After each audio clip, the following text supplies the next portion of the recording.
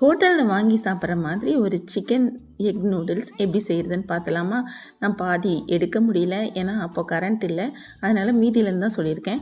First தேவையான வெஜிடபிள்ஸை எண்ணெய் ஊற்றி வதக்கிக்கோங்க. வேக வச்சு எடுத்த நூடுல்ஸை சேர்த்துட்டு முட்டையை பொரித்து சேர்த்துக்கோங்க. சிக்கனை குட்டி குட்டியாக பொரிச்சிட்டு கட் பண்ணி அதில் சேர்த்துக்கோங்க.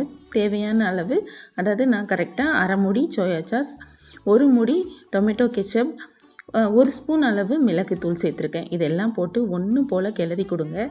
எனக்கு ஒரு கையிலே வச்சுட்டு எடுக்கிறதுனால கிண்டி கிளறதை நான் ஃபுல்லாகவே காமிக்க முடியல, அங்கங்கே கிளிப்பிங்ஸ் மட்டும்தான் காமிச்சிருக்கேன்.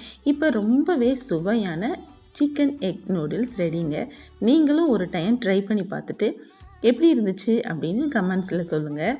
ரொம்பவே சுவையாக டேஸ்ட்டாக இருக்கும். ஈஸியாக சமைக்கலாம், ஹாப்பியாக சாப்பிட்லாம். செஞ்சு பார்த்துட்டு உங்கள் ஃபீட்பேக்கை சொல்லுங்கள். பாய்ங்க, நெக்ஸ்ட் வீடியோவில் பார்க்கலாம்.